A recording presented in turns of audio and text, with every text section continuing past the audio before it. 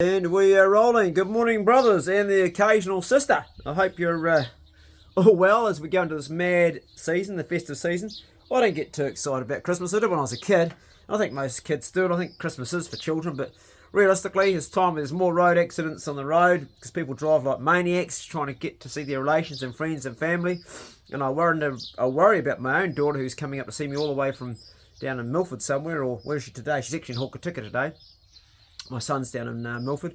I worry about the excessive alcohol and drugs and food that a lot of my mates take, and how I always, after Christmas, I always end up talking to them and things aren't so good. So I guess on that note, people say, yeah, a bit excessive, but at the time, yes, but afterwards, nah. Each to their own though, each to their own. If you want to have extra pudding, have extra pudding, I don't care. But for me, it's a time actually just to chill, go out fishing, take one of the rods out, put the kayak in the water, because the snapper hopefully are back in the bay. They haven't been there for a while.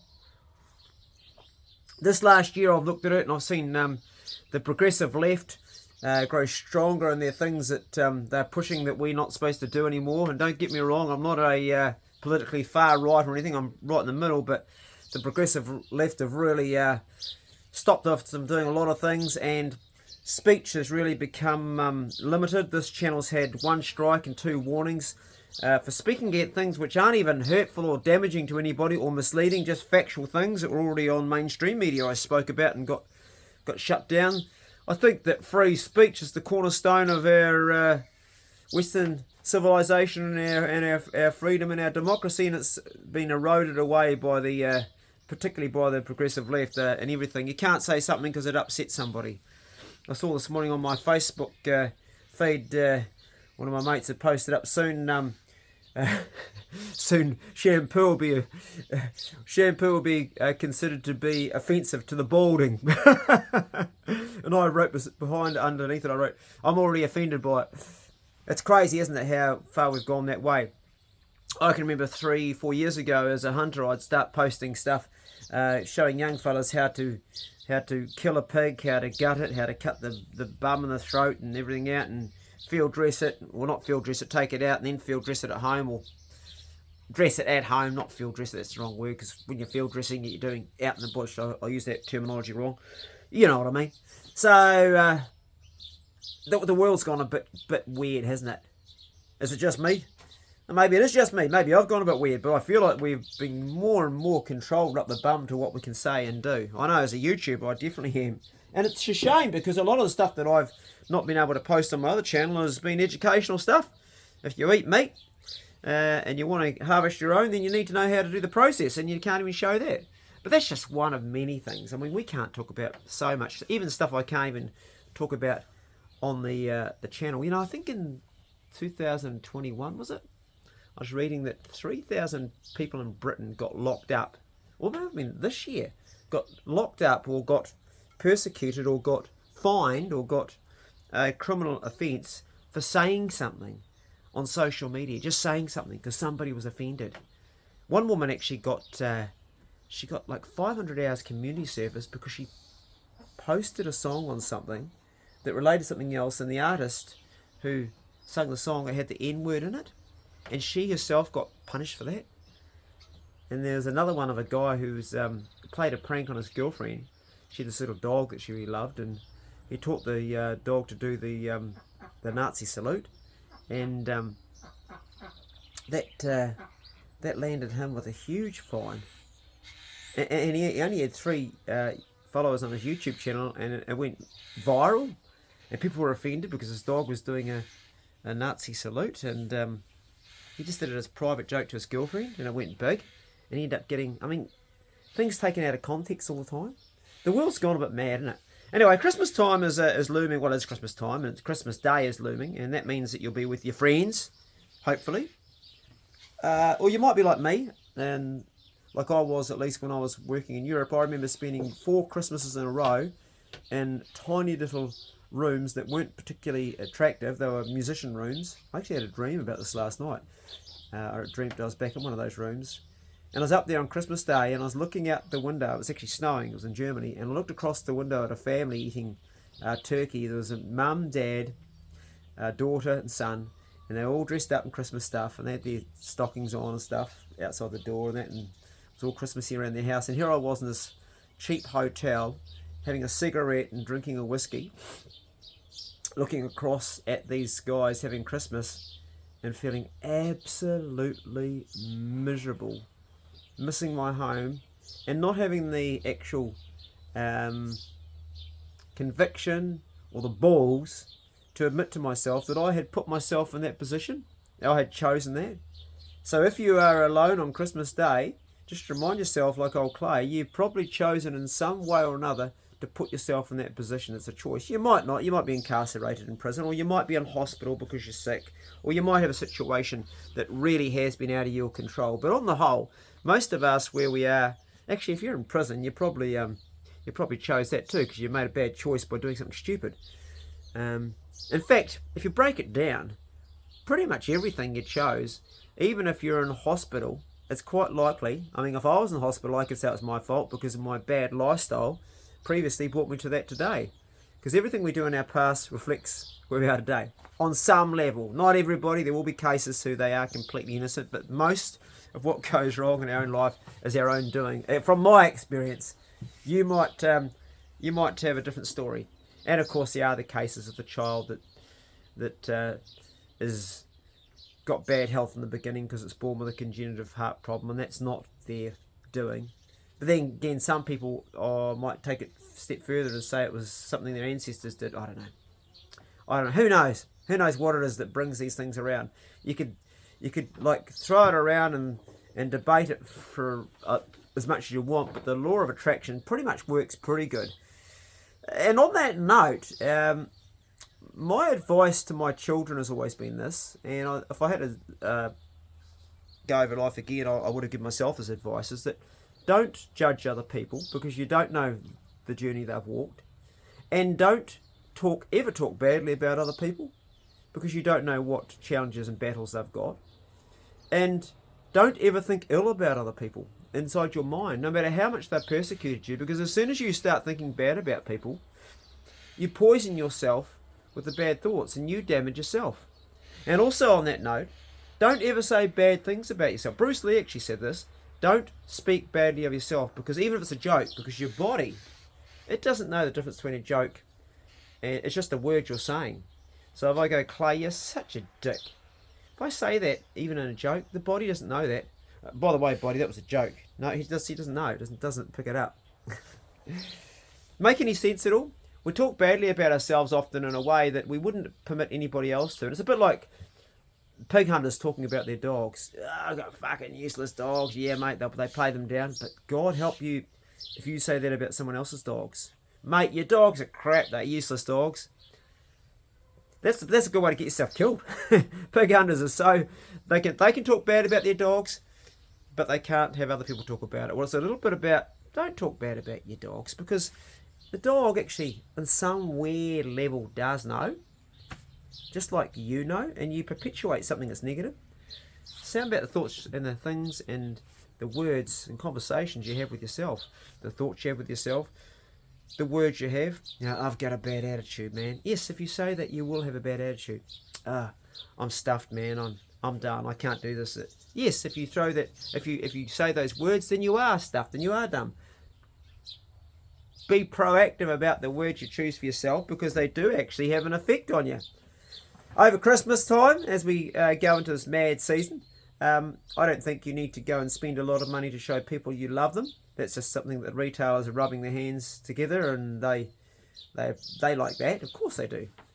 They've got to make a living, and I understand that. But also, we need to understand that right now inflation's going up, interest rates are going up, money's tight, and if you want to show someone you love them, call them on the phone. Give them your time. Hey buddy, how you doing? How's life? Did you get that driveway finished? Or did you get that shelf up? Or how's that new garage going? Or have you got that boat wet yet? Or everything going okay with you and the wife? No, it's not. Oh, okay, what's going on there, mate? I know it's not my business, but are you okay? You're not okay. All right, how are you feeling? Shit, are you, mate? Jeez, I didn't realise things were that rough. Hey, look, I'll tell you what, I'm going to pop on over, shoot round and see him. Sit down, have a beer, talk, shoot the shit, and get down to what it is, and maybe he might open up and you might just save a bloke from hanging himself. It's that simple sometimes. Christmas is a time for giving, and that means giving your time, giving your compassion, giving your empathy, giving your assistance. But it's also a time for receiving, and that means when someone gives you something, to receive it gracefully, and don't be too hard on yourself. Don't beat yourself up on the things that you haven't achieved or that you can't do as we come to the end of the year. There's always pressure on us, but you're doing the best you can with the tools you've got, mate. We all are. We're all just winging it and trying to do the best we can with the tools we've got. Not every day is a great day. Some days we struggle. Some days get written off and nothing happens. I had one of those days pretty much yesterday. All I got yesterday was a prickle in my thumb and I still can't get it out. So you have these days and then just move forward and just be glad you've still got a pulse going. You're still here, because one day it won't be. We're all going to die of something. Everything's going to die of something. Christmas is a time for practicing gratitude. Being grateful that, for me, it's that I live in a country like this. I don't live in a third world country. I don't live in a war-strewn country. I don't live in a country where my freedoms are completely taken away. I'm not living in North Korea or somewhere in China where I'm going to be executed because I smoke some drugs. Oh, that'd be Singapore, wouldn't it? I think they do that in China too. I don't live in the Ukraine where there's war happening. I don't live in some country in Africa where disease is rife and I have to go and work in a mine 16 hours a day to get something to make electric batteries for some rich prick who lives in a castle somewhere who drives 3 electric cars, or people's lives somewhere in hell. I'm grateful I've got a very, very simplistic life. And I've got vegetables growing in the garden. My children are healthy. My livestock are healthy. And my friends around me are communicative and they share with me their honesty and their ideas and their counsel and their solutions to my problems. And I've got a network of people that care about me and help me with my health challenges. And I'm still alive, I'm still here. I've got this gift of human life, which is an amazing gift to have. It will surely go one day. So gratitude's a good thing to practice over Christmas time. If you always look at what you don't have, you're always going to be poor. I like something that one of my favourite fighters said. I like watching the mixed martial arts. Now, who was it that said, oh, if your foot's not working, you've still got your hands? I think it was that Irish fighter. I actually like Nate Diaz. I was interesting reading about Nate Diaz the other day. He does triathlons as well. He's a brilliant fighter, and he's a vegetarian, I think. He said it made him lighter. I think Bruce Lee was as well. Nate Diaz, great fighter. Man, you wouldn't want to get in the ring with him, he'd kill you. Him and his brother both do triathlons, so they have incredible cardio. Yes, Christmas is a time also coming up to where we then go into New Year and we make these commitments about things. My New Year's resolution. Now, the thing about a resolution is it's a commitment, right? I'm committed to losing weight, or I'm committed to catching more fish. I'm committed to catching that big boar this year, or I'm committed to... I'm just going to bring this forward a bit so I can lean back. I'm committed to being a better father or a better partner. I'm committed to talking less shit. I'm committed to building up my YouTube channel, or I'm committed to better health. The thing about a commitment is this. A commitment is something that, with it comes hard times. When you get married to somebody, it's a commitment, isn't it? And I've never done it, and one of the reasons I haven't done it is I haven't been able to make that commitment. And the reason I haven't been able to the commitment is the line in there, for better or for worse. Having been in a relationship with a woman who was abusive towards me physically, quite extreme at times in one part of my life, I then decided I would never get married. I didn't see that in her at the beginning, and it took a while to come out and the cracks started to show, and eventually that relationship fell to bits. And men particularly don't often talk about women who are physically abusive, but to a man, when you're physically abused from a woman, it kills you, because A, the woman you love is hitting you, and B, you never ever hit her back. You restrain her, and even that doesn't feel natural to you, to hold her down. Well, it doesn't to me. I could never hit a woman. I don't understand the mentality or how men do that, but some men do, and that must be horrible for them that they have that in them. They must hate themselves, and that must be a horrible thing to live with. And I feel sorry as much for the man as the woman, because if a man does that, he must be in a lot of ways suffering in some way. I can't understand it. It's not in my mindset, and I'm sure it's a horrible thing for both parties. It happens. Off track a bit there, but anyway, I was in a relationship with someone who was abusive to me and also to some of her other partners as well. And after that, broke up that relationship, it was years ago. One of my girlfriends later, she asked me if we'll get married, and I said no, because I thought people change, people evolve.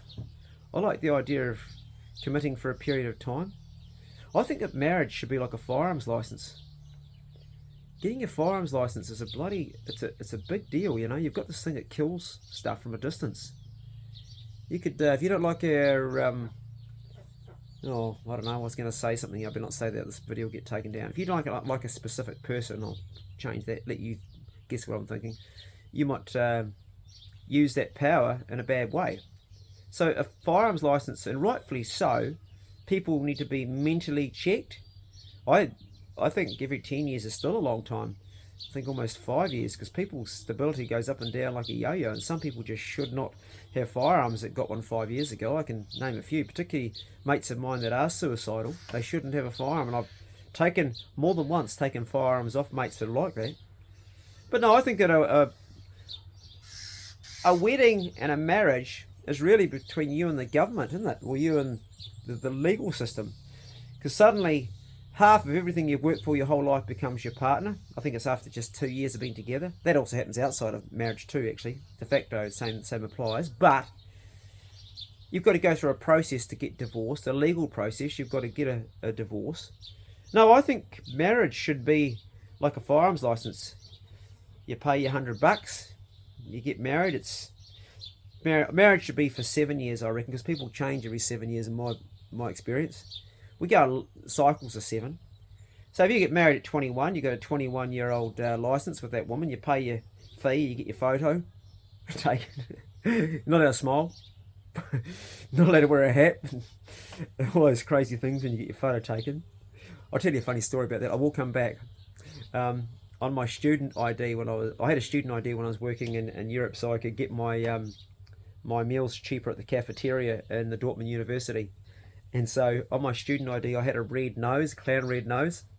And every time, and I used to keep the red nose in my pocket, and every time I'd go up to the thing to get my food, they'd say student ID. If they'd ask for it, I'd put it down on the bench, so they have to look down. While they're looking down, I'd grab my nose out of my thing and stick it back on there, and they'd look back up and have the red clown nose on. Just a bit of silly humour. Anyway, so you're 21, you get married, and then when it comes to your 28, you relook at the renewal. And if things in you and your wife aren't going good, you go, listen, baby, I'm not going to renew this contract because it's, this marriage license, because you just haven't stuck to your end of the bargain. I'm out working 12 hours a day to get ahead for our mortgage and stuff, and we don't have any kids, and you're still not working, and you eat loads of chocolate and drink wine at home and go out with your girlfriends and spend a lot of my money on your visa, on shoes you don't need, and you're just constantly contributing nothing. And when I come home and ask for a bit of love, I can't even get a kiss, and there's always dishes I got to wash. I feel it's not even. That's a pretty bad case scenario off the top of my head. And she goes, well, but I like this, so I'm comfortable, I like what you provide for me, and I'm happy. And he goes, nah, this license, I'm not renewing it, sorry, see ya. And he's gone. But I know you're married, so you're divorced, and you got to go through all the thing. Oh, you and Johnny aren't married anymore. Yes, that's right, he's divorced me, and oh, he's a bad man, and all the shit that goes down with it. You got the lawyers to pay, and then you've got to divide the house up and all the other stuff. No, it should be a license that's renewed, and you both agree to renew it. So both of you, but one can cancel it. So if she's disappointed with you, you're an absolute grub of an arsehole of a bloke. I know you've been seeing my girlfriend, and you don't ever cut your toenails, and you leave the lid off the toothpaste, and the toilet roll's always empty, and you haven't mowed the lawns in 8 months, and you I'm picking up your clothes, and you come home and your breath stinks because you're drinking whiskey and smoking too much all the time, and you just didn't turn out to be what I want to be. 7 years, she's gone. She's out of there. What do you guys think? Anyway, this is a Christmas yarn. We'll have me morning coffee. 20 minutes into the ramble, and I don't really know what I was going to talk about. I guess say to you, my brothers out there, have a great Christmas. In the way that it's a great Christmas for you, not what everybody else expects from you. Do the things that you love. If a good Christmas for you is going out with your dog somewhere in the native bush and hunting down a boar, do it. If a good Christmas is spending time with the ones you love, do it. If a good Christmas is for you giving to other people and doing a food store somewhere and doing something that's charitable, then do it. If a good Christmas is doing absolutely nothing, just chilling out with a pack of potato chips on the couch watching the telly, do it. Don't feel that you've got to really be excelling in anything like being the perfect dad over Christmas. Do what's in your heart, because things that are given without love, things that are done because of you feel you have to do them, they never got that true vibration of happiness and joy and peace behind them. Just follow your heart with good things, and practice good thoughts. Goodwill, that's what Christmas is about. Goodwill and good intentions, and being grateful for those that have helped you along your journey in a way. I'm definitely going to be spending a lot of time writing to those that have helped me this year, and making sure that I'm giving them gifts of different sorts. Gratitude, really important. Go steady. Check on a brother over Christmas, or a sister for that matter. And I don't know if I'll make any more videos this year. See how we go. This is only a small channel for us that like to sit and chew the fat and all the things that are real. Thanks for your subscriptions to the channel over the year. Those of you that have taken the time to subscribe to the channel, it's great that you push that subscribe button, because we're not one that the algorithm's ever going to favour a channel like this. It's already not favoured. The algorithm is actually the audience. I think the algorithm is you guys. So you guys do favour it, but the algorithm doesn't favour certain topics. That's what I'm really trying to say. And smash the like button, just so I got one right for you. And I'll see you soon. See you later. They've got cherries next door. Might go over and buy some. See ya.